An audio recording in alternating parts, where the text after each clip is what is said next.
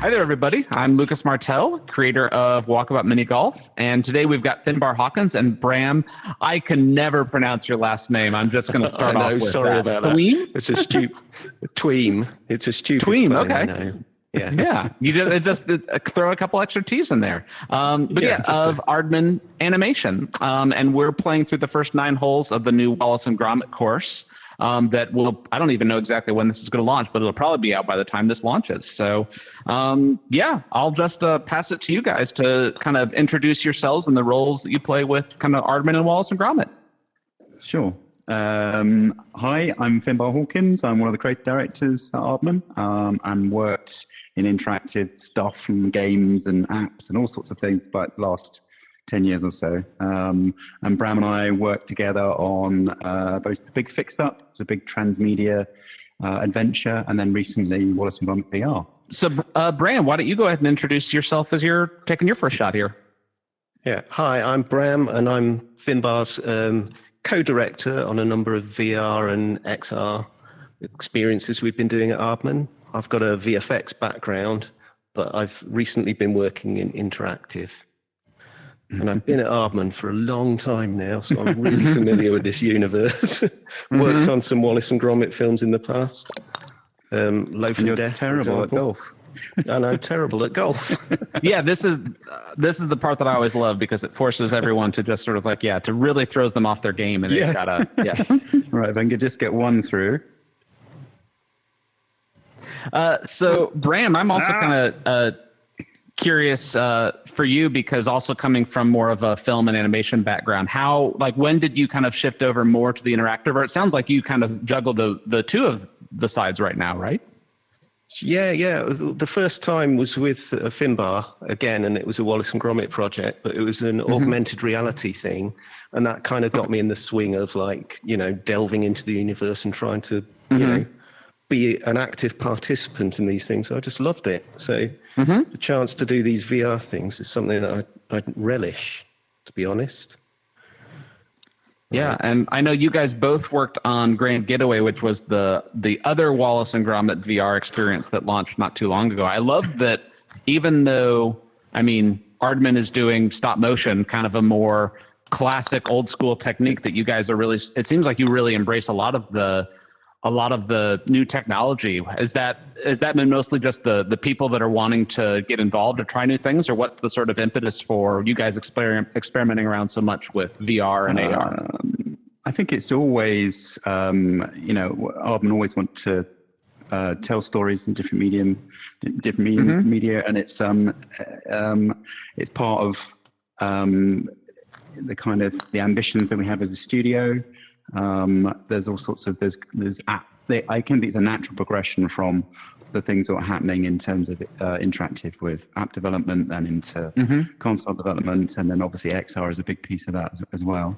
But it also means that because of our wonderful kind of 360 environments that we can build, we can be really very immersive, and it means that the audiences can get much closer to our worlds, really. So it's a really kind of exciting way of telling stories. Yeah, and totally. we really try to distill some of that stop frame essence and sprinkle that across our VR Finally got AR pieces. Well done. Nice job, Finbar. Thank you.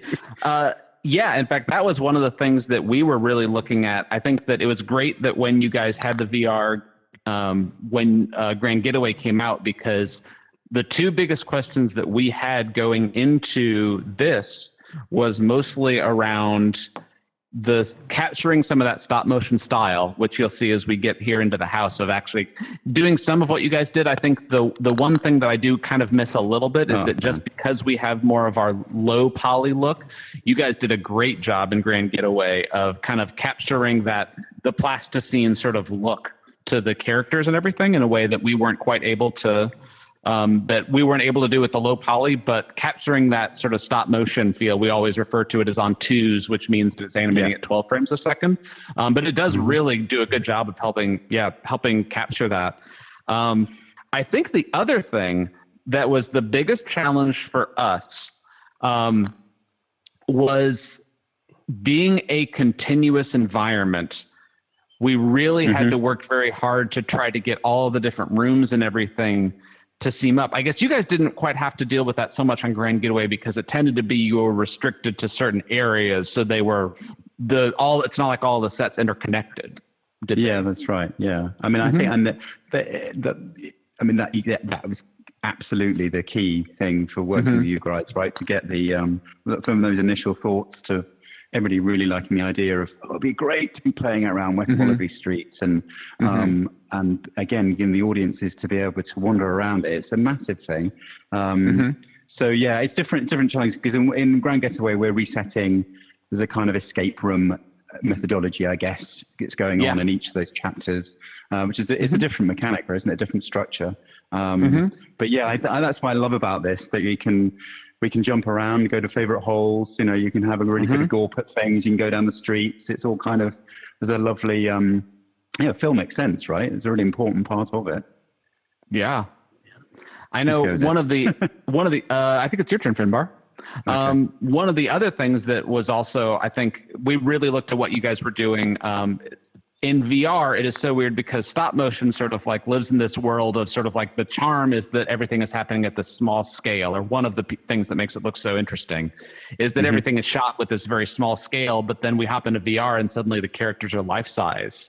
And we kind of tried to match what you guys were doing, just assuming that you would kind of set scale of especially the characters to be sort of what you always thought. But I'm just kind of curious, how did you always think of of Wallace when you're standing right next to him and you sort of see him in full size? Was that a challenge? Always. Yeah. It is a challenge because his proportions are quite peculiar. And he can be quite scary if he's a bit too tall, for example. So the idea is to sort of put yourself in the place of one of the puppets themselves, if you like. So it's my turn. So yeah, we've struggled with that in the past, where we've built life-size sculptures of Wallace, and it's, as I say, he's got enormous hands, for example, which are quite peculiar when you're close up to him. Yeah, we I know we'll see this as we get into the living room here, but yeah, we were constantly battling, like, should we make the coffee mug feel like it's the right size to the player, or should it feel like it's the right size to Wallace? And luckily, it seems like one of the things that we've also tended to do is go with a more oversized look to a lot of our props anyways. It just it has a little bit more charm to it. But I think that's right. And there's something about the exaggeration of their world anyway. It's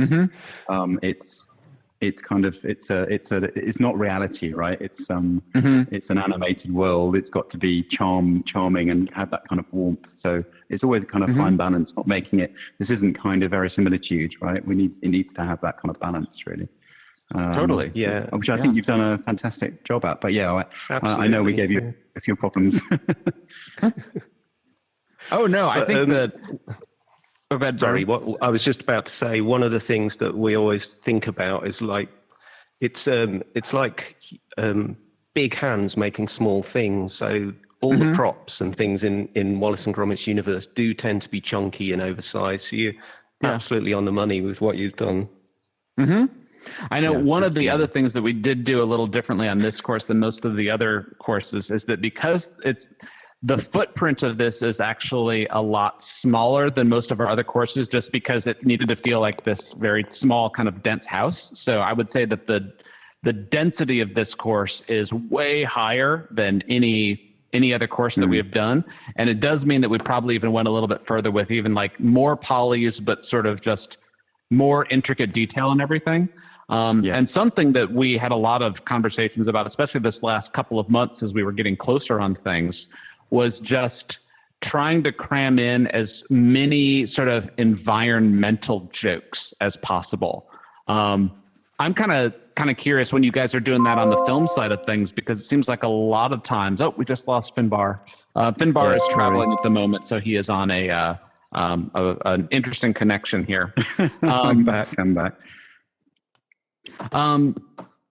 But yeah, I'm kind of curious when you guys are doing set design for a lot of these films. Like, how much are you thinking about just sort of like building it more like a live action set of just like make everything as realistic as possible, or are a lot of the gags and things that you're putting in specific? Like, oh, we know that this one's going to be on camera, or how are you sort of like managing all those gags that you're putting in here?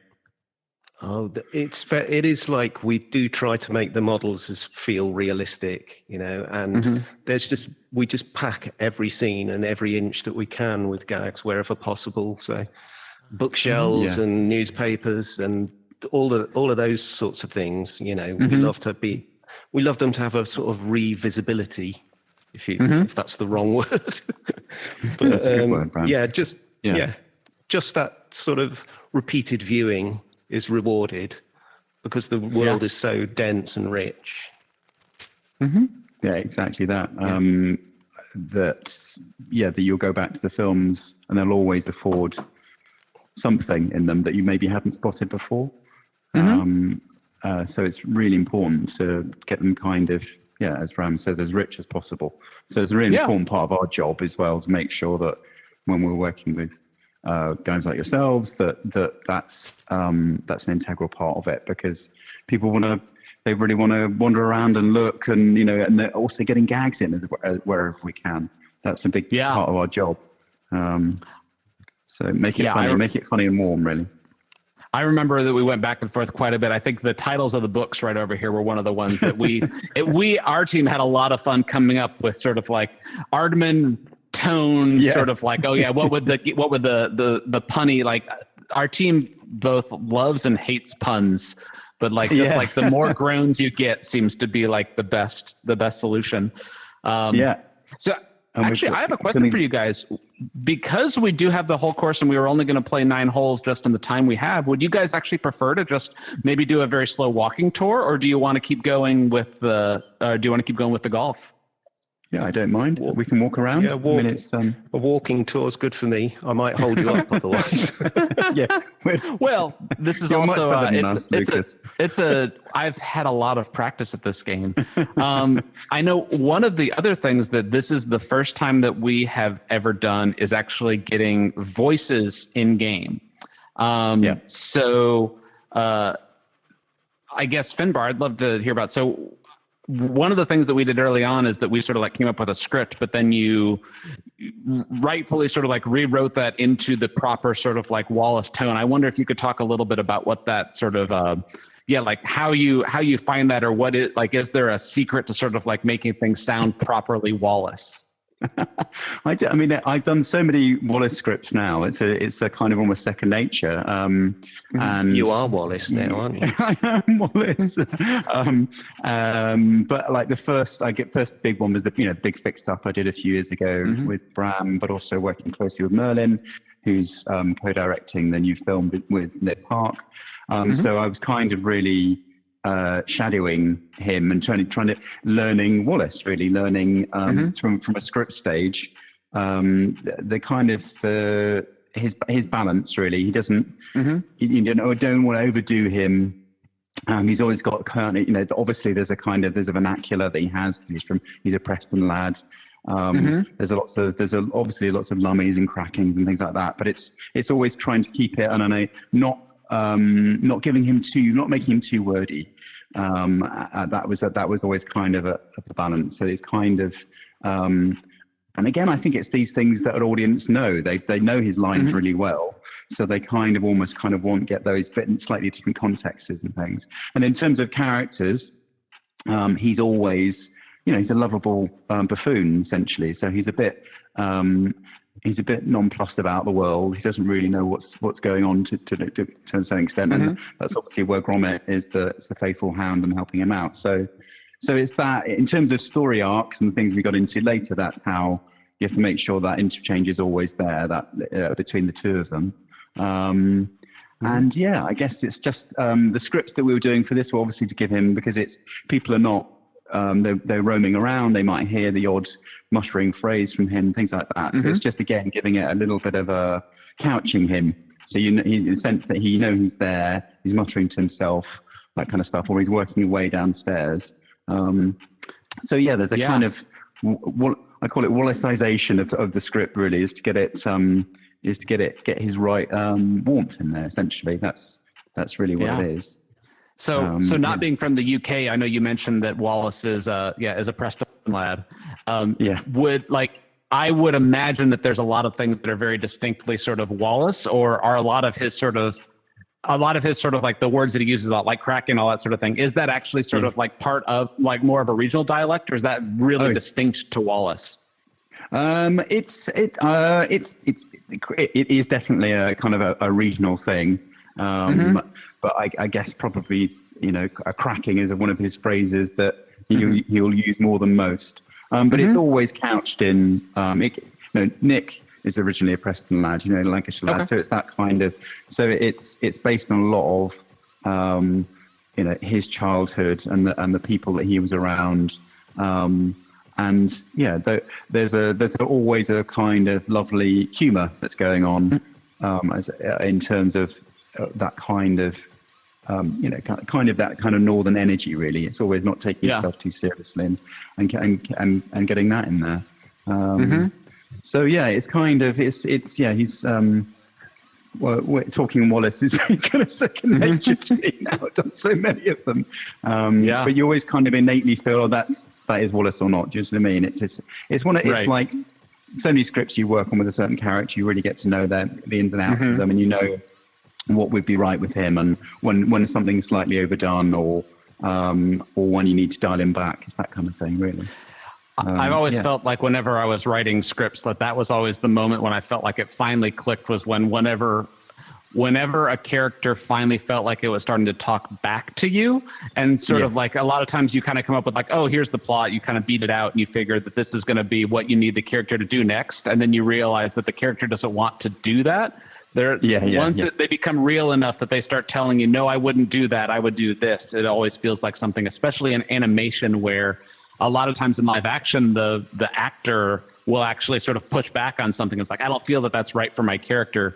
In animation, you don't tend to get that, but when you start to feel it on the page, it's a really, it's a magical moment. Yeah, definitely. Yeah. I think anything like less is more. That old cliche. There's a lot of truth in it as well. We're always trying to, when we're animating him, not to get overdue again. Trying to kind of dial it back. So there's something that's come up quite a lot, isn't it, Bram? Yeah. There's even a bit of a game the animators play where it's like, how long can we hold him in a neutral pose before the next key? So there's quite often huge gaps where he's doing very little. Is that the animators being lazy, or is it now just sort of like they're just like pushing to see how it is exaggeration, like how little can we do?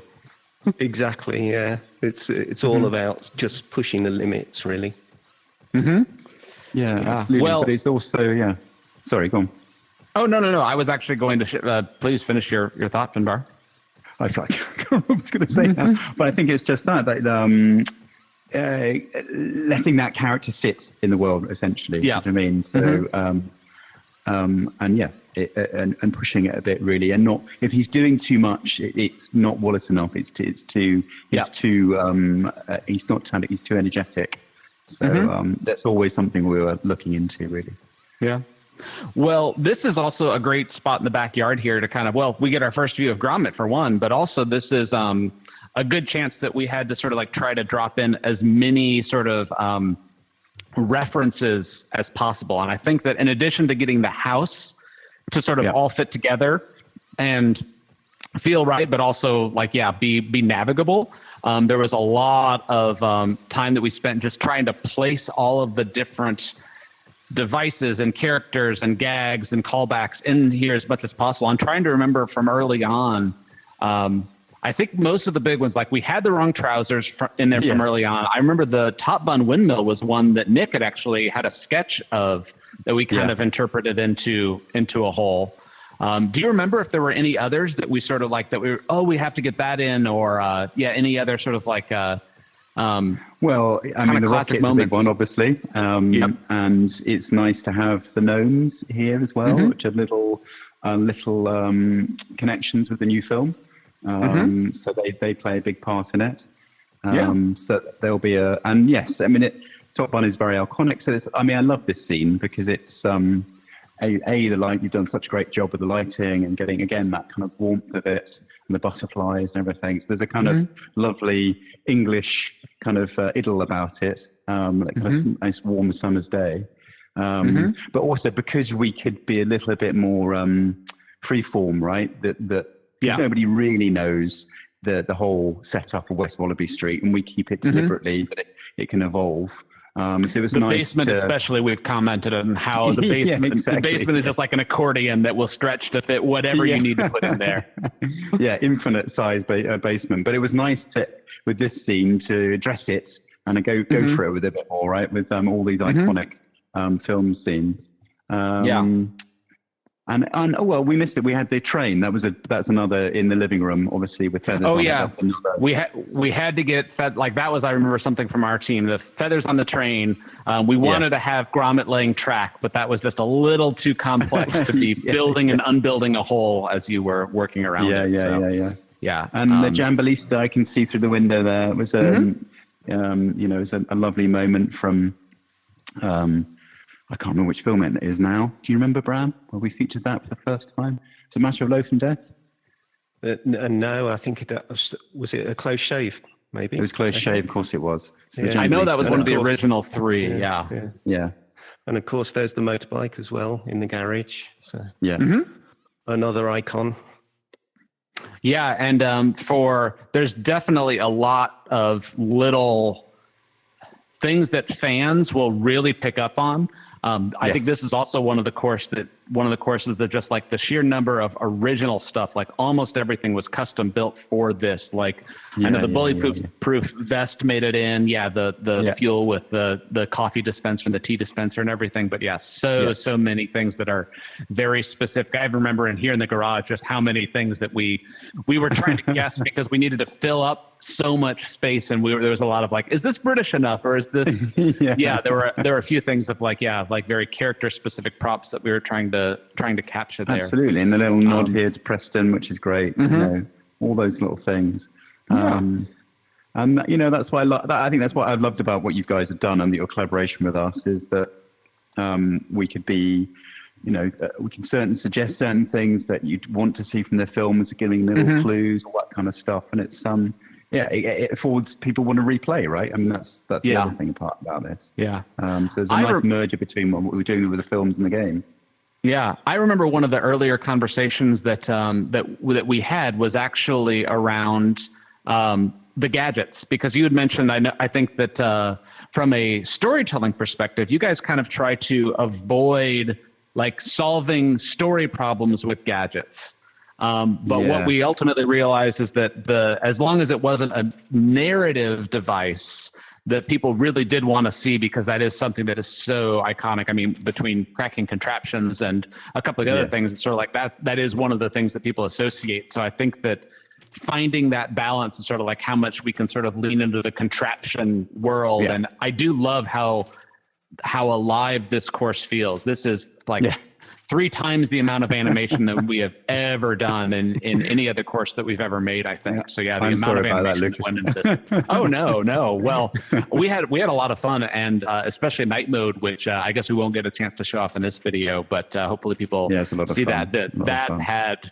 I'm glad that both Aardman and Mighty Coconut find sheep so funny, because that's been kind of a running gag that we've had destructive sheep in several. I wonder if that actually came from sort of our original love for Wallace and Gromit. That could have been what inspired it, actually. Well, it's also because Sean came from Wallace and Gromit, right? And Sean is obviously one of our major characters. So there's a lovely family feel, including the sheep.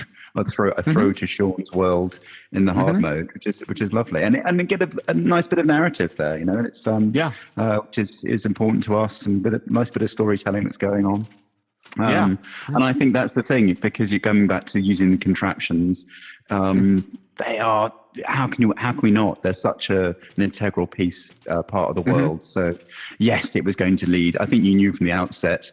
Once we set on the West Wallaby Street being the course, right? That it was going to bring animation. Was going to be part of that. It was going to be hand in hand with it, really. You really got to make this, even though it's a smaller space than a lot of our other courses. It's so dense and it has to feel so alive. Yeah, absolutely. Yeah. But I love all the little touches here, like the when you play through the jam, the ball gets sticky and all that kind of stuff. So there's some nice gags going on, which is again what you'd and sort of in an Easter egg fashion that you'd expect. Yeah. Maybe as we walk upstairs, you guys can chat just a little bit more about the film that's coming, because I know currently you guys are still in production. I don't know, have you announced a release date for that, or is there anything more that you can tell us about the film that you're working on? It has been announced now, so it's called Murder. What is it called, Bram? Is it Vengeance Most Foul? My God, Vengeance Most Foul. Yeah. And it will be out around Christmas time. So it will initially be, I believe, with the BBC. We don't know exactly. It will be at Christmas time. We don't know the exact date yet. And then it will then move on to Netflix in the new year. So that's where you'll be able to see it. It's the finishing touches are being put to it now in terms from an edit point of view. I've seen bits and pieces when I've been fortunate enough to visit the set. And Bram, you've had a lot more to do with it than I have, but yeah, it's looking great. Yeah, the shoot is going to wrap up within the next month or so, I believe. Don't quote me necessarily on that. And then there'll obviously be post work up until probably October, as late as October. But it's looking great, like last minute. And it's a really fun story. This one. Yeah. The trailer has gone out, so we were keeping it secret because we didn't announce things like the main criminal is back as Feathers. You see on the train downstairs. He's been a hugely popular character for Wallace and Gromit fans. So there was a lot of excitement about him coming back, and of course he had to come back. So it's just Nick finding the right way to do that, and that's how the story kind of evolved. He was very keen to get Feathers back. He just didn't know that kind of way in, and then that was the kind of breakthrough. So yeah, it's a kind of double whammy really. It's a new Wallace and Gromit film, but also Feathers has got his own kind of moment. So he's the super villain that everybody loves to hate, essentially. So yeah. We were really glad to hear when Feathers was coming back. And I remember even a couple of the earlier conversations that we had. I'm just going to take a glance into Gromit's room just for a little change of scenery here. But yeah, I remember that we knew that we had to get Feathers into the game just because it was so popular. And I remember early on, because it was so secretive that he was going to be coming back, there was some question of when would this be coming out? We wanted to make sure that it was actually after the announcement of that, so that we could sort of play up the Feathers and a couple of the other there are definitely some Easter eggs in here that I think once people see the new film, they'll recognize that there were even a couple of call outs in here to it. So absolutely. It's good. It's good to have those, again, I think it's immersion. People are going to be able to fill their boots with Wallace and Gromit.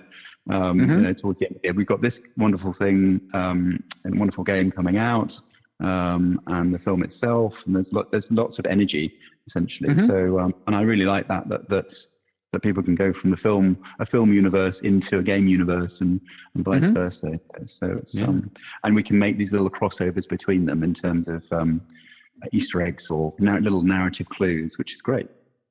Totally, yeah. If I can sort of messy as usual. If I can kind of shift topics drastically just to something that I'm particularly kind of curious about. So we got a chance to tour the production facilities there in Bristol probably about a year ago when we first started working on this. And one of the things that I loved to see was how physical, obviously it's stop motion, it all has physical, but even that a lot of the production tracking was still being done on paper.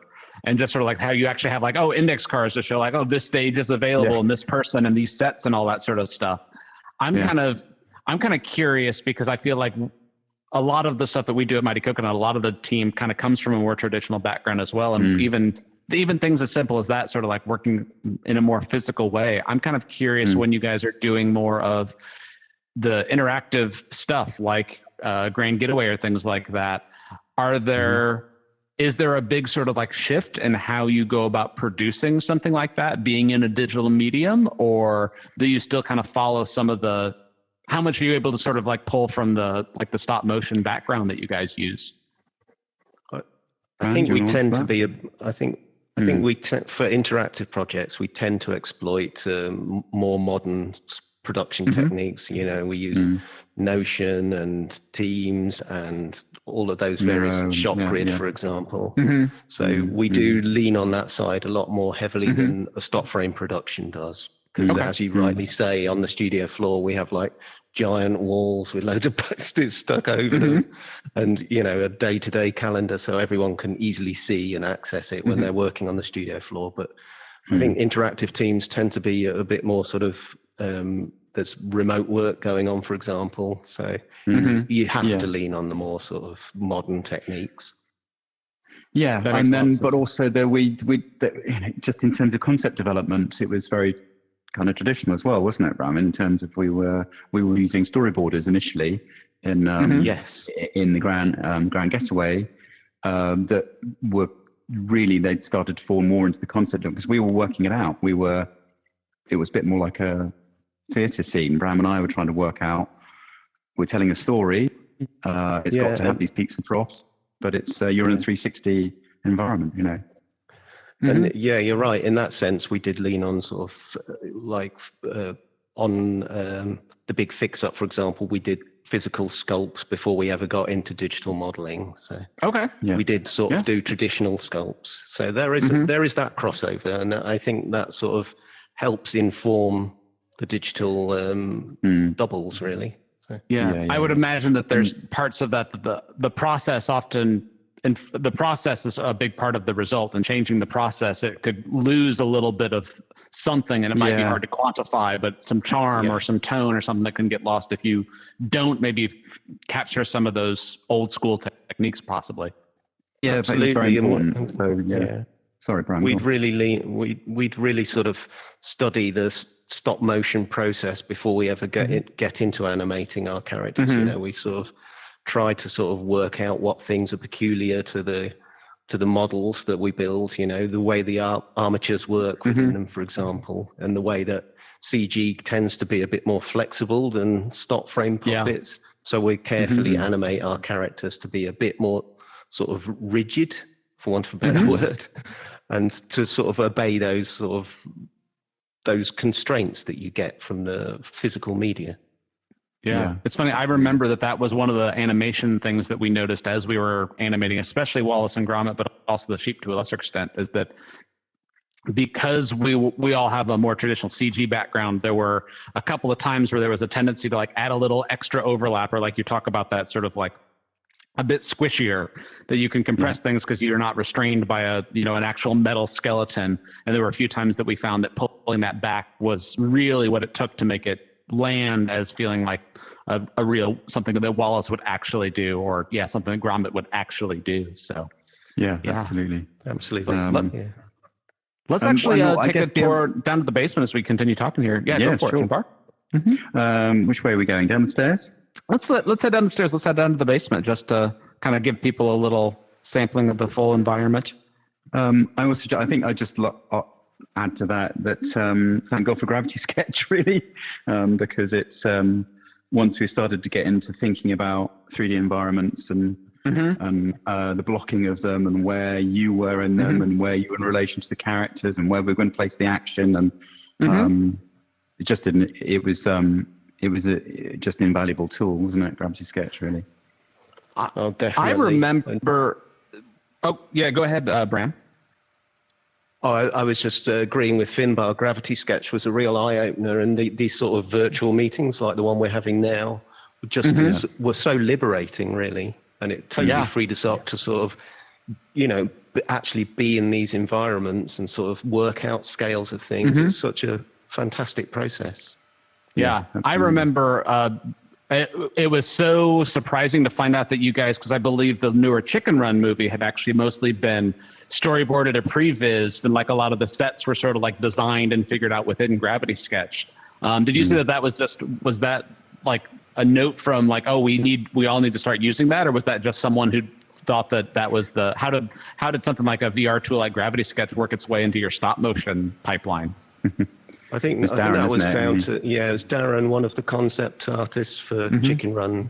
He just likes to use it because he's from a CG background as well. So he likes that freedom to sort of place cameras and sort of put yourself where the director might put themselves on a set. So, and Gravity Sketch, of course, affords all of that. So, yeah. Yeah. By the way, just in case anyone listening doesn't know what Gravity Sketch is, it's one of the apps or one of the VR apps that both you guys and we use to create a lot of our environments, where you can get in and in VR, you can actually sculpt out sort of like a room, and you can very quickly put some blocks in place to start feeling like how big something is, because you can control the scale, but it also allows multiple people to be in a room together. So it is more collaborative, and it is almost sort of like dumping a whole bunch of clay on the table and actually working on things together. And you can put cameras in, and even you can sort of like point to stuff and draw and sketch really quickly to sort of like have a conversation. But I mean, I spent my life and interacted with a whiteboard, really, where it all starts with you just with a marker pen and getting things down very quickly. But we were stumbling quite soon into it, where we're hitting these issues, because we needed to be able to think about it, visualize it, discuss it in 3 dimensions. It was really essential. So that was thank you, Gravity Sketch, basically. Yeah. It's funny how many other especially animation studios are starting to adopt that, because the previs or the storyboarding process is a really collaborative time, and there's a lot of things that are difficult to sort of convey with a sketch. That just being able to get in there, and like I've even seen a lot of like even in the modern day of people actually like, they'll take like shoe boxes and like build a demo of the set and like actually have like play, like toys that they're sort of moving around just to sort of like have a way to talk about it. So it's just, it's really cool to see that there's finally sort of like a more sophisticated way of doing that, and that works remotely, because there were a few times where I think Finbar, you and a few of us had hopped into Gravity Sketch together just to look at what we had done, and even make notes like right within that before we had even gotten all the holes functional, just to sort of get scale and all those things worked out. It's just huge invaluable. tool. It's a huge tool, and but there are also other things that I can see the way you're using lighting to draw the user. Do you know what I mean? It's that kind of, and sound to get us to move to certain areas, because in these VR environments, essentially you can go anywhere you like. So that was a kind of mind-bending thing for me and Bram were working on Ground Getaway. It was like, you're the camera, and we're kind of starting from ground zero in terms of we've got to tell a story over this scene. There may be some puzzles to solve. There's some gameplay to indulge in. There may be some animation cut in as well. So is that balance all the time, and using traditional gaming techniques of I can see that's something interesting over there in the rocket that's drawing my attention. It's all that kind of stuff. It's really important too. So set dressing essentially, isn't it? Yeah, I think that the sight lines, especially one of the things that we work out in Gravity Sketch from a very early stage, because we want to make sure that you can see where you're going to go in a way that maybe you would work out framings and stuff or in a more traditional film background. But we always think like sight lines are kind of our guiding, one of the things we want to make sure that you can see stuff, but that we also block off things that we don't want you to see yet. So it is not uncommon at all for us to actually put something there to stop you from seeing. You had also mentioned the lighting. I would say that one of the challenges that I think that we did have is that so much of the Wallace and Gromit lighting is so, I almost want to say theatrical. There's always a lot of really, really crisp rim lights, and just like everything is so perfectly framed for that one shot that I think one of the bigger challenges that we had in the lighting is that you can walk anywhere. So trying to capture that more theatrical lighting, but not knowing where the camera might be, I felt like was definitely one of the, I feel like we ultimately got there, but that definitely took a lot of work to find out how far to push the lighting to as closely match the Wallace and Gromit feel as possible. But you've done a great job, but you're totally right. That whole theatrical feel to the lighting is, it's born from the fact that we are lighting little stage sets essentially. So, but you're totally on the money with that.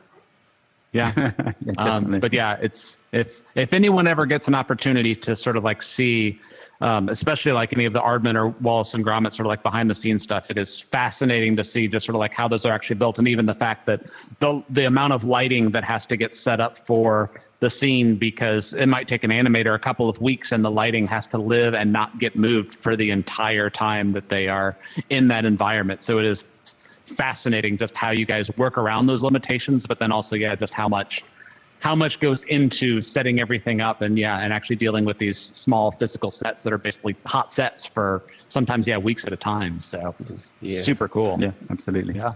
The fear of walking onto a set and accidentally kicking a light is like palpable. Oh yeah. Awesome. Well, is there anything else that you guys can think of that you wanted to chat about, or any other plugs that you want to make? I know we mentioned that this is coming out July 25th. Probably by the time this drops, it'll already be released. The film is coming out sometime around Christmas. Anything else that you want to talk about or plug? I think that's it. That's quite a lot, Yeah. Lucas. There's lots of stuff. Well, you got as I it. Couldn't you have like 3 or 4 more features going on at any one time? I'll have a word. Yeah, I'll have a word. Yeah. Awesome. Yeah, it's amazing. Bram and I are just delighted. It's been a joy working with you guys, really. You've done such an amazing job. So you've really, you've got to, you've got to grips with it, and I can see the joy in the work that you've done, which is a big part of it. Oh yeah, we're all huge fans. We had a blast working on it. So cool, Great. awesome. Yeah. Well, thank you everybody for watching. Play the game. Check out some of the other Aardman stuff that's coming out soon. We'll talk to you later.